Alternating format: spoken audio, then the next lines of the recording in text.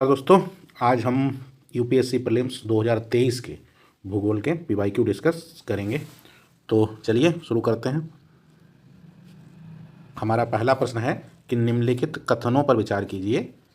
पहला विकल्प कह रहा है कि झेलम नदी बुलर झील से होकर गुजरती है। दूसरा विकल्प कह रहा है कृष्णा नदी सीधे कोल्लेरू झील का भरण करती है। और तीसरा विकल्प कह रहा है कि गंडक नदी के विसर्पण से कांवर झील निर्मित हुई है। ठीक है, उपरोक्त में से कितने कथन सही हैं? ठीक है, अब ये देखिए ना, ये प्रश्न भी एक तरीके से देखा जाए तो मैपिंग ही है। ठीक है, अगर हम मैपिंग करते हैं तो हम इस प्रश्न को बहुत आसानी के साथ हल कर सकते हैं।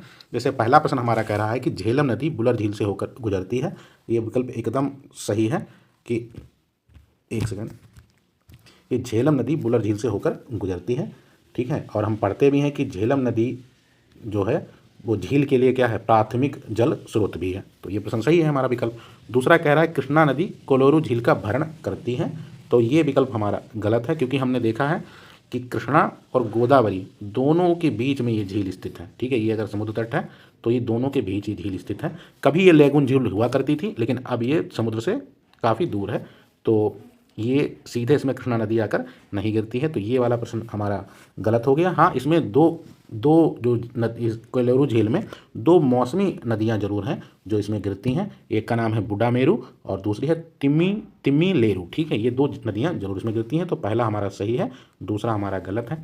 तीसरा हम कह रहा है कि गंडक नदी के विसर्पण से कंवर झील का निर्मित हुई है। यानी क्या होता है ना कि जब नदियाँ पहाड़ से निकलती हैं तो मैदानी क्षेत्र में आती हैं तो इस तरीके से बहती हैं। तो कई बार क्या होता है कि ये वाला हिस्सा छूट गया और नदी यहाँ से सीधी हो गई, तो ये एक झील का निर्माण हो जाता है जिसे हम लोग गोखुर झील कहते हैं।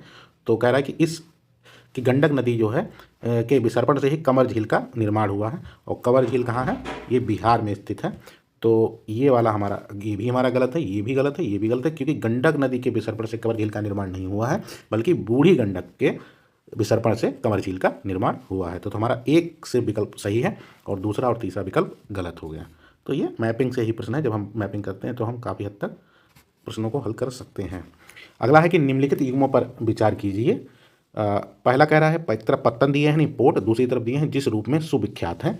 तो पहला कह रहा है कामराज पोर्ट, भारत में एक कंपनी के रूप में पंजीकृत सबसे पहला प्रमुख पत्तन। दूसरा कह रहा है मुंद्रा पोर्ट, भारत में निजी स्वामित्व वाला सबसे बड़ा पत्तन। और तीसरा विकल्प कह रहा है विशाखापत्तनम पोर्ट, भारत में सबसे बड़ा आधान पत्तन है, कंटेनर पोर्ट। उपरोक्त में से कितने युग्म सही सुमेलित हैं? तो जैसे अगर हम पहला विकल्प देखें कि कामराज पोर्ट, तो ये एकदम सही है। कामराज पोर्ट भारत का 12वां प्रमुख बंदरगाह है और ये चेन्नई से लगभग 24 किलोमीटर उत्तर में स्थित है, कोरोमंडल तट पर। ठीक है, और भारत का यह पहला एक ऐसा बंदरगाह है जो पंजीकृत है। ठीक है, तो ये हमारा विकल्प सही है। ये मार्च 1999 में बंदरगाह को भारतीय बंदरगाह अधिनियम 1908 के तहत एक प्रमुख बंदरगाह घोषित किया गया था। अक्टूबर 1999 में कंपनी अधिनियम 1956 के तहत, ठीक है, ये एन्नोर पोर्ट लिमिटेड के रूप में इसको शामिल किया गया था। तो पहला विकल्प हमारा सही है। दूसरा कह रहा है कि मुंद्रा जो पोर्ट है ये भारत में निजी स्वामित्व वाला सबसे बड़ा पत्तन है। तो ये विकल्प भी हमारा सही है। मुंद्रा पोर्ट भारत का पहला निजी बंदरगाह है और सबसे बड़ा कंटेनर बंदरगाह है जो गुजरात के कच्छ जिले के मुंद्रा के पास कच्छ खाड़ी के उत्तरी किनारे पर स्थित है। तो हमारा पहला विकल्प और दूसरा विकल्प सही है। अब तीसरा विकल्प कह रहा है कि विशाखापट्टनम पोर्ट भारत में सबसे बड़ा आधान पत्तन यानी कंटेनर पोर्ट है। तो ये एकदम गलत है। ठीक है, क्योंकि विशाखापट्टनम एक प्रमुख बंदरगाह है और ये हमने पढ़ा भी, ये आंध्र प्रदेश में डॉल्फिन नोज एक चोटी टाइप है उसके पीछे, यानी डॉल्फिन नोज के पास स्थित है। और डॉल्फिन नोज इसे क्या करती है, चक्रवातों से सुरक्षा भी प्रदान करती है। और ये भारत का तीसरा सबसे बड़ा, मतलब कह सकते हैं ये, मतलब कार्गो वाला बंदरगाह है। ठीक है, तो ये तीसरा विकल्प हमारा गलत है, पहला और दूसरा सही है। तो हमारा आंसर हो जाएगा बी, केवल 2 युग्म। ठीक है, तो ये कुछ बंदरगाह दिए हुए हैं, जैसे कांडला हुआ, मुंबई है, नाहवा सेवा है, मरमगुआ है, न्यू मंगलोर है, कोच्चिन है, तूतीकोरिन है, ये सारे बंदरगाह हैं। तो हम लोग पढ़ते रहते हैं। और ये देखिए, ये बंदरगाह हमारा कि यहाँ ये स्थित है तूतीकोरिन। ठीक है, विशाखापट्टनम यहाँ है और यहाँ मुंद्रा होगा कहीं पे। ठीक है, चलिए आगे चलते हैं। अगला प्रश्न है, निम्नलिखित वृक्षों पर विचार कीजिए। पहला है कटहल, दूसरा है महुआ, तीसरा है सागौन। उपरोक्त में से कितने पर्णपाती वृक्ष हैं? तो अगर हम देखें तो हमारा कटहल जो है पहला विकल्प ये गलत है, क्योंकि कटहल पर्णपाती वृक्ष नहीं है। कटहल एक सदाबहार वृक्ष है। हमने देखा भी, वो अक्सर हमारे अगल बगल खड़ा रहता है, तो एक निश्चित समय पे पत्तियों को नहीं गिराता है। कि ये पत्तियां अपनी समय समय झाड़ गिराता रहता है, लेकिन एक निश्चित समय एक टाइम पीरियड में, जैसे बसंत ऋतु के आसपास ये पत्ते नहीं गिराता। तो ये एक सदाबहार वृक्ष है, ना कि पर्णपाती। तो ये हमारा गलत हो गया। दूसरा है महुआ। तो महुआ एक शुष्क पर्णपाती वृक्ष है और ये भारत में खूब पाया जाता है, तो ये हमारा सही है। तीसरा है सागौन। तो सागौन भी एक पर्णपाती वृक्ष है, ठीक है। तो 2 और 3 सही हैं, पहला विकल्प हमारा गलत है, आंसर हमारा बी हो गया। चलिए अगला प्रश्न है कि निम्नलिखित कथनों पर विचार कीजिए। चीन की तुलना में भारत के पास अधिक कृषि योग्य क्षेत्र है। दूसरा विकल्प कह रहा है चीन की तुलना में भारत में सिंचित क्षेत्र का अनुपात अधिक है। और तीसरा विकल्प कह रहा है कि चीन की तुलना में भारत की कृषि में प्रति हेक्टेयर औसत उत्पादकता अधिक है। तो उपरोक्त कथनों में से कितने कथन सही हैं? अगर हम पहला कहें कि पहला कह रहा है कि चीन की तुलना में भारत के पास अधिक कृषि क्षेत्र है, तो एकदम ये सही बात है। भारत के पास अधिक कृषि क्षेत्र है। चीन के पास लगभग 120 मिलियन हेक्टेयर क्षेत्र है और भारत के पास लगभग 156 मिलियन हेक्टेयर क्षेत्र है। तो पहला विकल्प हमारा सही है। दूसरा कह रहा है कि चीन की तुलना में भारत में सिंचित क्षेत्र का अनुपात अधिक है। तो ये विकल्प हमारा गलत है। चीन के पास भारत की अपेक्षा ज़्यादा सिंचित क्षेत्र है, तो दूसरा विकल्प हमारा गलत। तीसरा कह रहा है चीन की तुलना में भारत में कृषि उत्पादकता अधिक है, तो ये भी गलत है। चीन की उत्पादकता भारत की अपेक्षा अधिक है। तो 2 और 3 गलत है, एक विकल्प हमारा सही है। तो आंसर हमारा ए हो गया, ठीक है। चलिए आगे चलते हैं। अगला प्रश्न है कि निम्नलिखित में से कौन सा एक समुद्र स्तर में पुनरावृत्ति गिरावट का सर्वोत्तम उदाहरण है जिसमें वर्तमान समय में सुविस्तृत कक्ष भूमि उत्पन्न हुई है। अब देखिए इस विकल्प को ना, इस प्रश्न को करने के लिए देखिए एक शब्द दिया है कक्ष भूमि, और देखिए नीचे एक आंसर भी दिया हुआ है कच्छ का रण, ठीक है। तो ये अगर इसी से हम लोग सोचते ना, तो आंसर हमारा क्या है, डी हो जाएगा। और आंसर हमारा डी है भी। कच्छ का रण कहाँ है? गुजरात में है और भारत के थार रेगिस्तान में स्थित एक विशाल नमक का ये दलदल है, ठीक है। तो हमारा आंसर क्या हो गया? डी हो गया। चलिए आगे चलते हैं। अगला हमारा प्रश्न है, एक सेकेंड, कि भारत के कतिपय तटीय क्षेत्रों में प्रचुर मात्रा में उपलब्ध इल्मेनाइट और रूटाइल निम्नलिखित में से किसके समृद्ध स्रोत हैं? यानी इल्मेनाइट और रूटाइल। तो कह रहा है एल्युमिनियम, दूसरा कह रहा है तांबा, तीसरा कह रहा है लोहा और चौथा कह रहा है टाइटेनियम। अब देखिए इस प्रश्न को करने के अगर हम सोचें तो हम इस तरीके से कुछ कर सकते हैं कि हम एल्युमिनियम के भी पढ़ते रहते हैं आए दिन एस्क वगैरह कि इसका एल्युमिनियम का क्या होता है, ठीक है। जैसे हम पढ़ते हैं ना बॉक्साइट है, क्रायोलाइट है, ठीक है, इस तरीके के शब्द पढ़ते हैं। तांबा का भी हम पढ़ते रहते हैं पायराइट्स वगैरह, क्यूपायराइट्स वगैरह। लोहा का भी हम पढ़ते रहते हैं हेमेटाइट वगैरह। लेकिन ये शब्द ना दोनों थोड़े नए हैं, इल्मेनाइट और रूटाइल। तो अगर हम लोग गेस भी मारते हैं ना तो हम टाइटेनियम करके आ सकते थे, और आंसर हमारा क्या है? हमारा आंसर डी है, टाइटेनियम है। तो हम इस तरीके से भी सोच सकते हैं कि कई बार कुछ नया धातु दी हुई और जो आइस के दिए हुए हैं वो नए हों, हमने सुने ना हो, तो उस आधार पर भी हम मार सकते हैं। तो हमारा आंसर क्या है? टाइटेनियम है। चलिए आगे चलते हैं। अगला प्रश्न है कि संसार का लगभग 3/4 कोबाल्ट जो विद्युत मोटर वाहनों की बैटरी के निर्माण के लिए आवश्यक धातु किस देश में उत्पादित किया जाता है?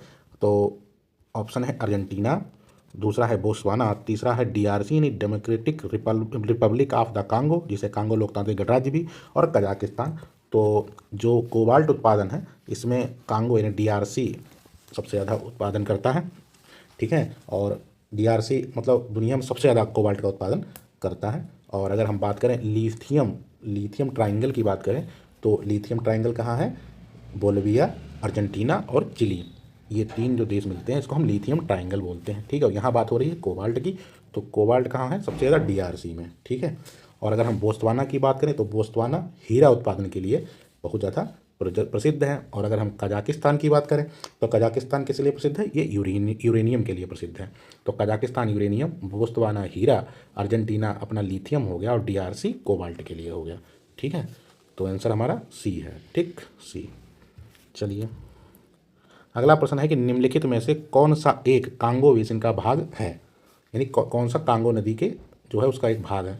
अगर हम देखें तो कांगो DRC से होकर ऐसे बहती है, ठीक है, और ये विषुवत रेखा को 2 बार काटती है, ठीक है। तो अब सोचेंगे तो ना, अगर हम बात करें दक्षिणी सूडान की तो सूडान ये इस तरफ पड़ता है, युगांडा भी इस तरफ पड़ता है, युगांडा के पास से ही वो विक्टोरिया झील है, वहाँ से कौन सी नदी निकलती है? नील नदी निकलती है। और नाइजीरिया लगभग कुछ इस जगह पड़ेगा। तो आप अगर सोचेंगे तो ये दोनों देश हो गए दक्षिणी सूडान और युगांडा, अगर इनका जो भी जल होगा वो किस अब्बा में जाएगा? नील में जाएगा, अगर हम ऐसे सोचें तो। और नाइजीरिया वाला जो है ना, ये क्षेत्र इधर पड़ जाता है, तो हो सकता है इसका पानी नाइजर में जाए। अगर हम कैमरून को देखें तो ये DRC के जस्ट ऊपर यहाँ पे कैमरून है, तो यहाँ की जो नदियाँ होगी उनका जल कांगो बेसिन में आता होगा। अगर ऐसे सोचे तो हमारा आंसर क्या हो जाएगा, ए हो जाएगा, और यही हमारा आंसर भी है कैमरून। तो कैमरून जो है वो कांगो बेसिन के अंतर्गत आता है। और अगर हम देखें मैप तो देखिए ये मैप है हमारा, कांगो बेसिन दिया हुआ है। कांगो बेसिन देखिए ये सेंट्रल अफ्रीकन रिपब्लिक है, कैमरून है, इक्वेटोरियल गिनी है, गैबोन है, गैबोन नहीं है शायद क्या, और ये कांगो ये है, और डीआरसी तो है ही है। तो यहाँ वाले जो देश है ना ये देश नहीं है, और नाइजीरिया ये ऊपर हो जाएगा तो ये भी नहीं है। तो ये मैपिंग से ही है एक तरीके से, हम जब नदियाँ उदियाँ करते हैं मैपिंग में तो हो जाएगा। अगला प्रश्न है कि निम्नलिखित कथनों पर विचार कीजिए कि अमरकंटक की पहाड़ियाँ बिंद और सह्याद्री श्रेणियों के संगम पर हैं। दूसरा कह रहा है बिलीगिरी रंगन पहाड़ियाँ सतपुड़ा श्रेणी के दक्षिण सबसे पूर्वी भाग है। और तीसरा कह रहा है शेषाचलम पहाड़ियाँ पश्चिमी घाट के सबसे दक्षिणी भाग में स्थित हैं। अब इस प्रश्न को देखिए, पहले अगर हम नीचे से चले तो कह रहा है शेषाचलम पहाड़ियाँ पश्चिमी घाट में, और हमने बहुत अच्छे से पढ़ा है कि भारत में जब हम शेषाचलम की बात करते हैं तो ये दक्षिणी आंध्र प्रदेश में है। हम इन्वायरमेंट वाले PYQ में भी अच्छे डिस्कस किए, यहाँ लाल चंदन खूब पाया जाता है। तो ये पूर्वी यानी कहाँ है, ये पूर्वी दक्षिणी आंध्र प्रदेश में है, तो पश्चिमी घाट में तो हो नहीं सकता, तो ये हमारा गलत हो गया। दूसरा विकल्प हमारा कह रहा है कि बिलीरंगन पहाड़ियाँ सतपुड़ा श्रेणी की सबसे पूर्वी भाग हैं। ठीक है, तो आप सोचिए नाम है बिलीरंगन और ये बात कर रहा सतपुड़ा, सतपुड़ा कहाँ है, लगभग मध्य प्रदेश वगैरह में, तो ये नाम से भी नहीं लग रहा कि यहाँ से होगा, और ये सही बात है, ये यहाँ नहीं है, ये बल्कि कहाँ है, दक्षिणी कर्नाटक में है। ठीक है, तो ये भी हमारा गलत हो गया। पहला विकल्प कह रहा है अमरकंटक पहाड़ियाँ बिंद और सह्याद्री श्रेणियों के संगम पर हैं, तो ये भी गलत है। ठीक है, क्योंकि हमको पता है अमरकंटक कहाँ स्थित है, जहाँ सतपुड़ा और ये क्या नाम बिंद पहाड़ियाँ मिलती हैं वहाँ पे अमरकंटक है। और अमरकंटक जान रहे हैं हम लोग जो है, अमरकंटक मैकाल पर्वत की सबसे ऊंची चोटी है, यहाँ से नर्मदा सोन जैसी नदियाँ भी निकलती हैं। तो हमारा तीसरा विकल्प भी गलत हो गया, यानी हमारा इसमें से क्या आंसर हो गया, डी हो गया, कोई भी सही नहीं है। अगर हम कई बार नाम के लॉजिक से भी निकाल सकते हैं। ठीक है, तो ये हमारा आंसर क्या हो गया, डी हो गया। और वैसे भी हम पर्वत वाला मैपिंग करते हैं, देखिए ये सारी पर्वत दी हुई हैं चोटियाँ या श्रेणियाँ, जैसे ये देखिए ये मैकाल रेंज है। ठीक है, ये यहाँ पे शेषाचलम होगा, यहीं कहीं पे होगा, ये दिया नहीं है इसमें क्या, तो यहाँ पे बिलीरंगन होगी, तो ये पर्वत चोटियाँ जब हम लोग मैपिंग करते हैं तो वहाँ से हम इसको कर सकते हैं। चलिए अगला प्रश्न देखते हैं। अगला प्रश्न कह रहा है कि भारत की कनेक्टिविटी परियोजना के संदर्भ में निम्नलिखित कथनों पर विचार कीजिए। तो पहला कह रहा है कि स्वर्णिम चतुर्भुज परियोजना के अधीन पूर्व पश्चिम गलियारा यानी कॉरिडोर डिब्रूगढ़ और सूरत को जोड़ता है।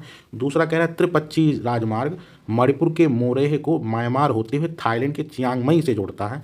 और तीसरा कह रहा है बांग्लादेश चीन भारत म्यांमार आर्थिक गलियारा उत्तर प्रदेश में वाराणसी को चीन के कुनमिंग से जोड़ता है। उपरोक्त में से कितने कथन सही हैं। तो अगर हम पहला विकल्प देखें तो पहला कह रहा है कि डिब्रूगढ़ से सूरत को जोड़ता है, तो एकदम ये हमारा गलत है। ठीक है, क्यों, क्योंकि ये पूर्व पश्चिम जो गलियारा हमारा है ये सिलचर कहाँ है, असम में पोरबंदर से जोड़ता है गुजरात में, तो पहला हमारा गलत हो गया। दूसरा कह रहा है कि त्रिपक्षी राजमार्ग जो है मणिपुर के मोरेह को म्यांमार होते हुए थाईलैंड के चियांग माई से जोड़ता है, तो ये भी हमारा गलत है, क्योंकि भारत म्यांमार और थाईलैंड जो त्रिपक्षी राजमार्ग है जो मणिपुर के मोरेह से जाता है, लेकिन ये थाईलैंड के चियांग माई को नहीं जोड़ता है, बल्कि वहाँ एक जगह है मे, इसको जैसे पढ़ें आप मे सोट को जोड़ता है, ना कि चियांग को, ये भी गलत हो गया। तीसरा विकल्प कह रहा है कि बांग्लादेश चीन भारत म्यांमार आर्थिक गलियारा उत्तर प्रदेश के वाराणसी को चीन के कुनमिंग से जोड़ता है, तो ये उत्तर प्रदेश के बनारस से नहीं बल्कि क्या है, ये कलकत्ता से कुनमिंग को जोड़ता है। तो हमारा ये विकल्प तीनों गलत है। आंसर हमारा क्या हो गया, आंसर हमारा डी हो गया। ठीक है, तो ये अक्सर चर्चा में रहते हैं तो वहाँ से प्रश्न बनता है, करंट अफेयर ही है लेकिन उसको भूगोल से जोड़ दिया। ठीक है, अगला प्रश्न है कि भारत मतलब निम्नलिखित कथनों पर विचार कीजिए। कथन है कि भारत अपने पास यूरेनियम निक्षेप यानी डिपॉजिट होने के बावजूद अपने अधिकांश विद्युत उत्पादन के लिए कोयले पर निर्भर करता है। दूसरा कह रहा है कि विद्युत उत्पादन के लिए कम से कम 60% समृद्ध यानी इनरिच्ड यूरेनियम की आवश्यकता होती। उपरोक्त में से कितने कथन सही हैं। तो पहला विकल्प कह रहा है कि भारत विद्युत उत्पादन के लिए कोयले पर अधिक निर्भर है यूरेनियम की अपेक्षा, तो एकदम सही बात है। हम जानते हैं भारत अपनी कुल बिजली के उत्पादन में लगभग 75% तक कोयले से उत्पादन करता है, तो इसमें कोई नई बात नहीं है, विकल्प हमारा सही हो गया। दूसरा कह रहा है कि विद्युत उत्पादन के लिए कम से कम 60% इनरिच्ड यूरेनियम आवश्यकता है, तो ये गलत है, क्योंकि 2 से 3 से 5% ही बहुत समृद्ध यूरेनियम चाहिए होता है जिससे हम बिजली बना सकते हैं, ना कि 60%। 60% के आसपास तो परमाणु हथियार बनाने के लिए प्रयोग किया जाता है। तो हमारा पहला विकल्प सही है और दूसरा हमारा गलत है, तो हमारा आंसर क्या हो गया, सी हो गया। ठीक है, चलिए एक सेकंड। प्रश्न कह रहा है कि निम्नलिखित कथनों पर विचार कीजिए। उष्णकटिबंधीय वर्षा वनों की मृदा पोषक तत्वों से भरपूर होती है, यानी उष्णकटिबंधीय जो वर्षा वन होते हैं उनकी मिट्टी जो होती है मृदा पोषक तत्वों से क्या होती है, भरपूर होती है। दूसरा विकल्प कह रहा है कि उष्णकटिबंधीय वर्षा वनों के उच्च ताप और आर्द्रता के कारण मृदा में विद्यमान मृत जैव पदार्थों का द्रुत अपघटन हो जाता है। उपयुक्त में से कितने कथन सही है, यही हमको देखना है। तो पहला विकल्प कह रहा है कि उष्णकटिबंधीय वर्षा वनों में मृदा पोषक तत्वों से भरपूर होती है। ठीक है, तो आप सोचिए मतलब आप सोचिए जरा कि उष्णकटिबंधीय मृदा कहाँ पाई जाती, उष्णकटिबंधीय वर्षावन कहाँ पाए जाते हैं, 0 डिग्री के आसपास, 0 से 10 मान लीजिए, जहाँ अधिक वर्षा होती है। अब जहाँ अधिक वर्षा होती है वहाँ एक क्या होता है, मिट्टी में निक्षालन की होता है, लीचिंग होती है, लीचिंग जिसे बोलते हैं, यानी पानी के साथ मृदा के जो पोषक तत्व हैं वो नीचे जमीन के नीचे चले जाते हैं। तो ये मिट्टी जो होती है पोषक तत्वों से भरपूर नहीं होती है। ठीक है, और दूसरी चीज़ इसमें देखो नीचे लिखा है कि मृत जैव पदार्थ द्रुत अपघटन करते हैं। अगर वहाँ कुछ मृत जैव पदार्थ होते भी हैं तो वहाँ बड़ी तेजी के साथ उनका अपघटन हो जाता है। क्यों? क्योंकि आर्द्रता वगैरह ज़्यादा होती है, तो मृदा पोषक तत्व तो वैसे भी नहीं रहेंगे। तो पहला विकल्प हमारा गलत हो गया। अगर पहला विकल्प गलत है तो सोचिए हमारा आंसर तो ऐसे हमको पता चल गया, क्या आंसर हमारा डी हो गया, पहला गलत हो गया, दूसरा अपने आप सही हो गया, हमको सोचना ही नहीं है। अब दूसरा विकल्प कह क्या रहा है, दूसरा विकल्प कह क्या रहा है कि उष्णकटिबंधीय वर्षा वनों के उच्च ताप और आर्द्रता के कारण मृदा में विद्यमान मृत जैव पदार्थों का द्रुत अपघटन होता है। तो ये एकदम सही बात है। तो पहला हमारा गलत हो गया, दूसरा हमारा सही। आंसर हमारा क्या हो गया, आंसर हमारा डी हो गया। ठीक है, क्योंकि पहला गलत है दूसरा सही है। तो देखा वैसे भी हम पढ़ते हैं कि जो उष्णकटिबंधीय वर्षावन होते हैं उनको अगर हम एक बार काट दें तो दोबारा उगने की उनकी स्पीड अन्य वनों की अपेक्षा काफ़ी कम होती है। वो इसीलिए कम होती है क्योंकि वहाँ की मिट्टी बहुत ज़्यादा उर्वरक नहीं होती, पोषक तत्वों से भरपूर नहीं होती है। तो आंसर हमारा क्या हो गया, डी हो गया। ठीक है, चलिए आगे चलते हैं। अगला है कि समाचारों में उल्लिखित संघर्ष क्षेत्र और जिस देश में अवस्थित है। तो जैसे डोनबास है, सीरिया बता रहा है, काचिन कह रहा है कि इथोपिया में है, और टिग्रे कह रहा है उत्तरी यमन है। उपयुक्त में से कितने सही सुमेलित हैं। तो देखिए ये मैपिंग से प्रश्न है, मैपिंग से कुछ डायरेक्ट प्रश्न थे वो तो हमने इसमें डिस्कस कर लिया, बाकी बहुत सारे करंट अफेयर से चर्चा में थे। तो मैपिंग बहुत अच्छे से करके जाइएगा, वहाँ से बहुत प्रश्न आते हैं। 2023 में लगभग 10 से 11 प्रश्न मैपिंग से आए थे, डायरेक्ट और इनडायरेक्ट। तो जैसे ये डोनबास क्षेत्र बोल रहा है सीरिया में है, तो एकदम गलत है, यूक्रेन में है। काचिन क्षेत्र कह रहा है इथोपिया में है, काचिन क्षेत्र म्यांमार में है, ना कि इथोपिया में है। और टिग्रे कह रहा है कि उत्तरी यमन में है, ये यहाँ ना होकर यहाँ यानी इथोपिया में है। तो आंसर हमारा डी हो जाना चाहिए, आंसर हमारा डी है भी। ठीक है, अगर हम देखें तो देखिए ये मैप है, काचिन देखिए ये काचिन क्षेत्र है, ये म्यांमार में है। फिर दूसरा देखिए ये यूक्रेन, यहाँ ये डोनबास क्षेत्र वगैरह है। ठीक है, ये डोनास्ट वगैरह यहाँ। ठीक है, तीसरा ये देखिए टिग्रे क्षेत्र हो गया, ये इथोपिया में स्थित है। तो ये मैपिंग आती है, क्षेत्र बहुत चर्चा में रहते हैं, वहाँ से डायरेक्ट क्वेश्चन पूछ लेता है। कई बार पूछ लेगा क्रू हो गया था वहाँ, इस तरीके की चीज़ें, क्षेत्र चर्चा में क्यों चर्चा में था। अगला प्रश्न देखते हैं। कह रहा है कि ग्रीष्म ऋतु में महाद्वीपों और महासागरों के बीच तापमान विपर्यास शीत ऋतु की अपेक्षा अधिक होता है। ठीक है, दूसरा विकल्प कह रहा है कि जल की विशिष्ट ऊष्मा भूपृष्ठ की विशिष्ट ऊष्मा की अपेक्षा अधिक होती है। उपयुक्त में से कितने कथन सही हैं।